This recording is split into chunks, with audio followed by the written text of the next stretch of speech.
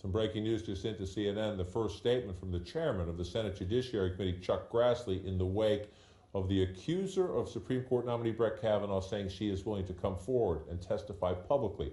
Senator Grassley just moments ago issuing a statement saying, quote, anyone who comes forward, as Dr. Ford has, deserves to be heard.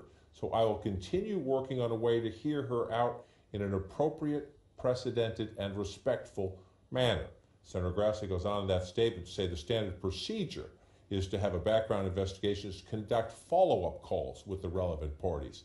In this case, he says that would include a follow-up call to Ms. Ford, who has come forward and said Brett Kavanaugh sexually assaulted her back when they were in high school. And the Grassley statement goes on to say then a conversation with Judge Kavanaugh. Background calls. He says Dianne Feinstein, the ranking Democrat, has refused to go along with that. The significant development here is that Ms. Ford says she is willing now to testify publicly at a hearing.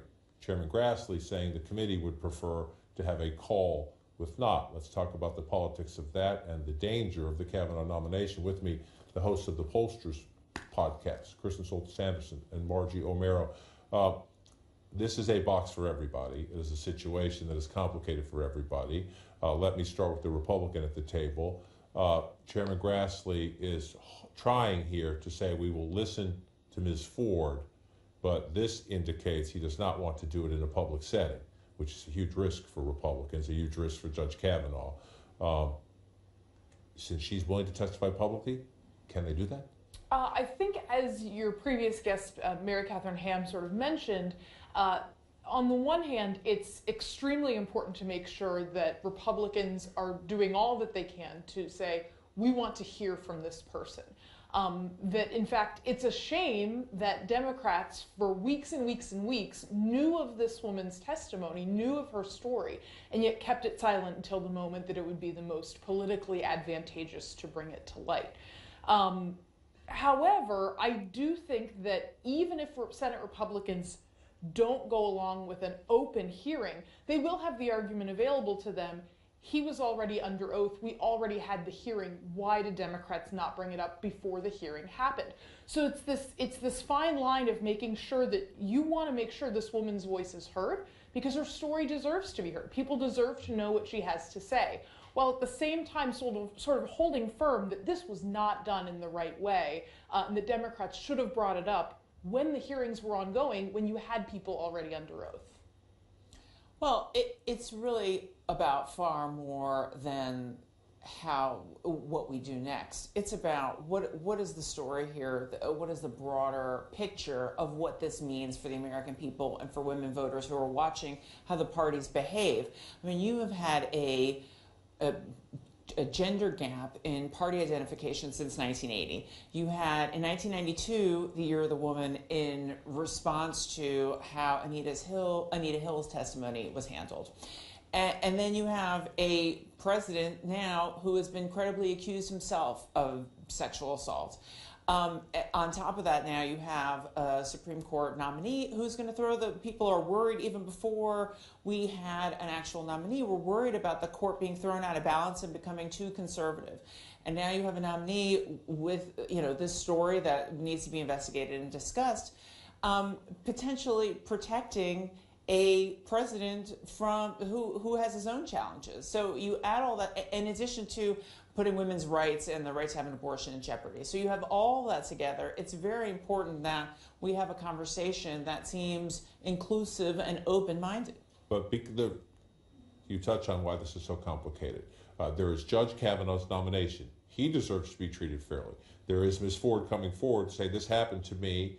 I had a hard time wrestling with whether I wanted to go public. Now I do.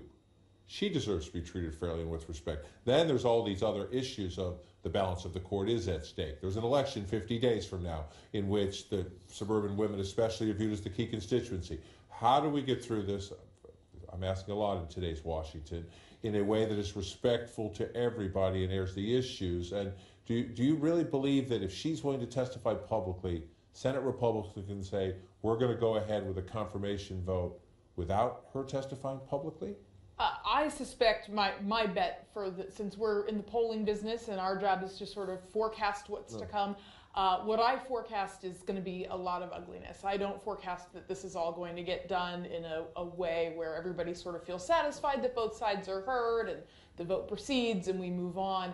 And I think from a political perspective, the Kavanaugh nomination, at least in the data that I was seeing, was not something that was a big driver or factor in how people were thinking about the midterms. Perhaps in some red states, you had some folks that had voted for President Trump, wanted to see his nominations get through, but yet had a Democratic senator who was up for re-election. How would that factor in? This, I think, moment has really elevated the story to a much higher level of importance and a piece of the conversation, which I think makes it more challenging for Republicans, which, in concert with all of the other polling news that's come out in the last week or two, is not good news. Christine Blasey Ford, the woman accusing Supreme Court nominee Brett Kavanaugh of sexually assaulting her, wants the FBI to investigate her allegations before talking to the Senate Judiciary Committee about it. We know this because 360 has exclusively obtained a letter that her attorneys have just moments ago sent to Committee Chairman Chuck Grassley. It lays out in stark terms the price, she says, that she and her family are already paying. Chairman Grassley wants her to appear next Monday before the committee. Republicans want to speed the nomination along. Democrats want to go slow. President Trump says Judge Kavanaugh doesn't deserve this, but until now, we did not know what Dr. Ford wants. Tonight, we do, reading now from the letter to Chairman Grassley that we've just received.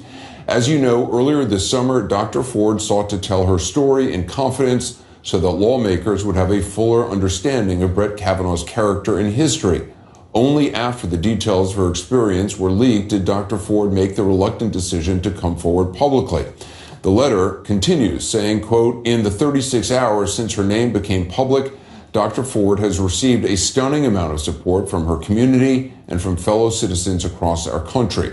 At the same time, however, the letter goes on saying, quote, her worst fears have materialized. She's been the target of vicious harassment and even death threats. As a result of these kind of threats, her family was forced to relocate out of their home. Her email has been hacked and she's been impersonated online." The letter then says this to Chairman Grassley, quoting again, "While Dr. Ford's life was being turned upside down, you and your staff scheduled a public hearing for her to testify at the same table as Judge Kavanaugh in front of 24 U.S. senators on national television to relive this traumatic and harrowing incident. The hearing was scheduled for 6 short days from today and would include interrogation by senators who appear to have made up their minds that she is mistaken and mixed up. While no sexual assault survivor should be subjected to such an ordeal, Dr. Ford wants to cooperate with the committee and with law enforcement officials." And this is the bottom line, and I'm quoting, "As the Judiciary Committee has recognized and done before, an FBI investigation of the incident should be the first step in addressing her allegations. A full investigation by law enforcement officials will ensure that the crucial facts and witnesses in this matter are assessed in a nonpartisan manner and that the committee is fully informed before conducting any hearings or making any decisions." Again, we've just gotten this letter, so has Senator Grassley. We're seeking reaction from him and other committee members, which will bring you if and when they come in during the hour. But first, one of the attorneys representing Christine Blasey Ford, Lisa Banks, joins me now. Thanks very much for being with us. Are you saying, I want to repeat this line, as the Judiciary Committee has recognized and done before, an FBI investigation of the incident should be the first step in addressing her allegations? Clearly, you want it to be the first step, and so does your client. Are you saying there has to be an investigation by the FBI or else Professor Ford will not testify? What we're saying is that there should be an investigation because that's the right thing to do. If there's not an investigation, would she appear on Monday? She is prepared to cooperate with the committee and with any law enforcement investigation. And that has been her position, and it continues to be her position. So she will cooperate with the committee in whatever form that takes, and it remains to be seen. We have to talk with Senator Grassley's office and the other committee members to determine what form that will take. This has been an agonizing period of time for her, as you might imagine, in which she didn't ask to be in this position. She asked for confidentiality, and since that wasn't possible, apparently, we are now in the throes of being a political football. She's a very private person, and she's a very substantial woman of great intellect and integrity. She's a biostatistician, which is even hard for me to say, so I have great admiration for that alone. And she is someone who's really devoted her career to accuracy and data and facts. She's someone who doesn't put pen to paper unless she can prove it. So we have So she knows the full weight of what she's alleging and what she's doing. Absolutely. And what's your sense of what she's going to do? Because everybody is now waiting to see, is she going to testify? Is she going to come out publicly and talk about what she has said in this letter to the committee? I don't know what she's going to do. I really don't. I think that she might not even know what she's going to do right now. This has all come on her very quickly since her name was released, and there are an awful lot of things coming at her right now. I think that the careful consideration she's giving to how she handles this should be a lesson to everyone involved in this process, that we all need to take a deep breath and consider how we're going to move forward with this information. I don't know if I can. I just want to read from her account, her written account so far of what happened here. I'm just going to quote briefly here. Kavanaugh physically pushed me into a bedroom as I was headed for a bathroom up a short stairwell from the living room. They locked the door, played loud music, precluding any successful attempt to yell for help. Now, granted, there are other details she has not been able to recall, although people who have handled sex crimes have said that that can be the case, where they remember images but not necessarily other details. I just wonder, as a woman, when you hear those details of that account there, do you dismiss them? I don't. As I said, I think she must have had some sort of a horrible situation.